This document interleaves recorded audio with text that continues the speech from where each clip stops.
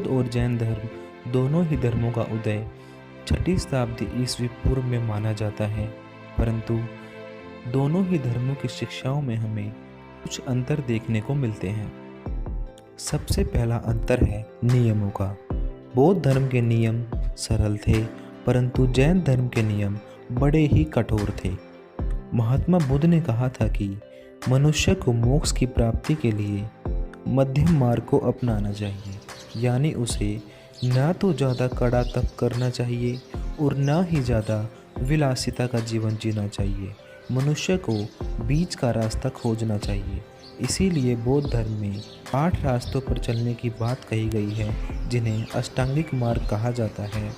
परंतु जैन धर्म में नियमों को बहुत ही कठोर माना गया है और तप को ही मोक्ष प्राप्ति का एकमात्र जरिया माना गया है। ईश्वर के अस्तित्व के बारे में भी बौद्ध धर्म बिल्कुल मौन है।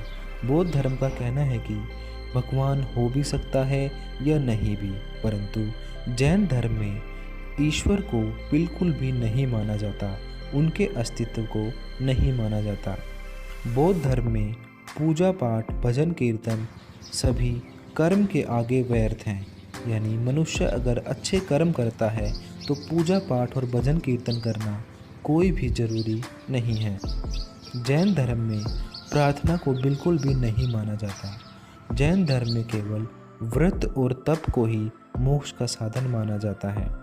बौद्ध धर्म में अहिंसा को सबसे बड़ा धर्म माना गया है और बौद्ध धर्म में यज्ञ इत्यादि को बिल्कुल भी मान्यता प्राप्त नहीं है। और जैन धर्म में हमें अहिंसा पर बल तो मिलता ही है, इसके साथ साथ जैन धर्म में हमें अजीवित चीज़ों में भी प्राणों को मानने की प्रथा मिलती है, यानी जैन धर्म के लोग जिन चीज़ों में जीवन नहीं है उनको भी जीवित मानते हैं।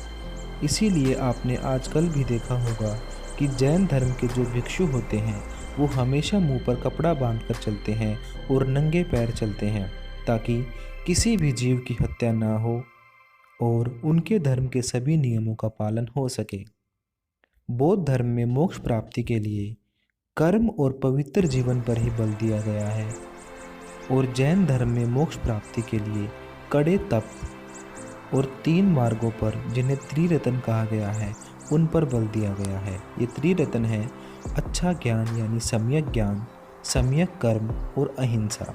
सम्यक ज्ञान का अर्थ है अच्छा ज्ञान, सम्यक कर्म का अर्थ है अच्छे कर्म यानी अच्छे काम, और अहिंसा का अर्थ है किसी के ऊपर भी हिंसा ना करना, जीवों की हत्या ना करना। एक और बड़ा अंतर जैन और बौद्ध धर्म में है, वह है संघ बनाकर रहना।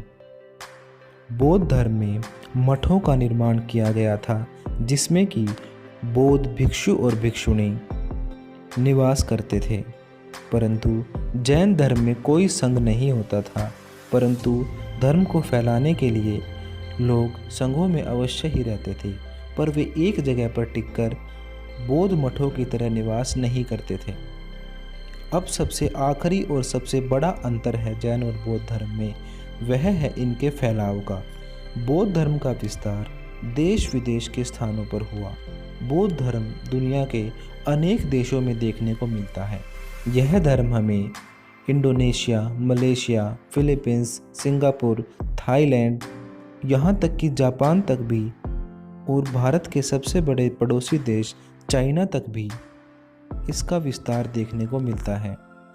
और इसके बिल्कुल विपरीत जैन धर्म केवल भारत में ही सिकुड़कर रह गया है, यह विश्व के अन्य देशों में नहीं फैला।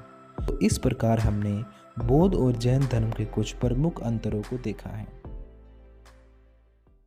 अगर इंग्लिश आपकी सफलता की रुकावट and if you are not getting right position respect because of English, so don't worry, हमारा एक चैनल है फ्लुएंटा इंस्टीट्यूट नाम से, जिसका लिंक हमने ऊपर आई बटन में और नीचे डिस्क्रिप्शन में दिया हुआ है, या फिर आप यूट्यूब पर फ्लुएंटा इंस्टीट्यूट FLUENTA लिख कर भी सर्च कर सकते हो। हमारा चैनल आपके सामने आ जाएगा। इस चैनल पर हम आपको spoken English, IELTS, PT, TOEFL, personality development, life skill और मोटिवेशन से रिलेटेड वीडियोस देते हैं। और अगर आप हमारे कोर्सेज ज्वाइन करना चाहते हो तो ऊपर दिए गए नंबर पे हमारे काउंसलर्स को कॉल करें और कोर्सेज के बारे में अभी पता करें। लेकिन ध्यान रखना, जो ऊपर नंबर दिए गए हैं ये सिर्फ स्पोकन इंग्लिश डिपार्टमेंट में ही मिलेंगे। बाकी किसी इन्फॉर्मेशन के लिए या क्वेरी के लिए आप इन नंबर पे कॉल बिल्कुल मत करना, क्योंकि ये सिर्फ स्पोकन इंग्लिश रिलेटेड जो हमारा डिपार्टमेंट है वहीं पर आपकी बातें हो पाएंगी। और अगर आप चाहते हो सब्जेक्ट्स की PDF और कोई और इन्फॉर्मेशन तो आप हमें इंस्टाग्राम पे फॉलो कर सकते हो, जो कि हमने नीचे डिस्क्रिप्शन में दिया हुआ है, या फिर आप सर्च करके भी हमें इंस्टाग्राम पे फॉलो कर सकते हो। हम जितने भी बाकी सोशल मीडिया प्लेटफॉर्म्स हैं हम सभी पर अवेलेबल हैं, आप उन पर भी हमें फॉलो कर सकते हैं। बाकी जो हमारे सब्जेक्ट्स हैं उनकी सभी की वीडियोस हमने प्लेलिस्ट में बिल्कुल सीक्वेंस में डाली हुई हैं। आप जो भी सब्जेक्ट पढ़ना चाहते हो उनकी जो वीडियोज़ हैं प्लेलिस्ट में से सीक्वेंस में ही देखें, जहाँ पर आपको पूरा का पूरा सिलेबस सीक्वेंस में मिल जाएगा। जैसे कि पॉलिटिकल साइंस है, हिस्ट्री है, सिविक्स है, सभी सब्जेक्ट्स हमने अलग अलग से दिए हुए हैं। तो जो हमारे चैनल है फ्लुएंटा इंस्टीट्यूट वो है स्पोकन इंग्लिश के लिए। बाकी अगर आप सभी सब्जेक्ट्स की जो वीडियोस देखना चाहते हो वो आपको इसी चैनल पर मिलेंगी, फ्लुएंटा फैमिली पर। और जो हमारे जितने भी सब्जेक्ट्स हैं उनकी जो वीडियोस हैं वो सारी प्लेलिस्ट में से सीक्वेंस में ही देखें। हमने सारी वीडियोस को अरेंज किया हुआ है प्रॉपरली प्लेलिस्ट के अंदर, जिनका लिंक भी हमने नीचे डिस्क्रिप्शन में दिया हुआ है। Thank you.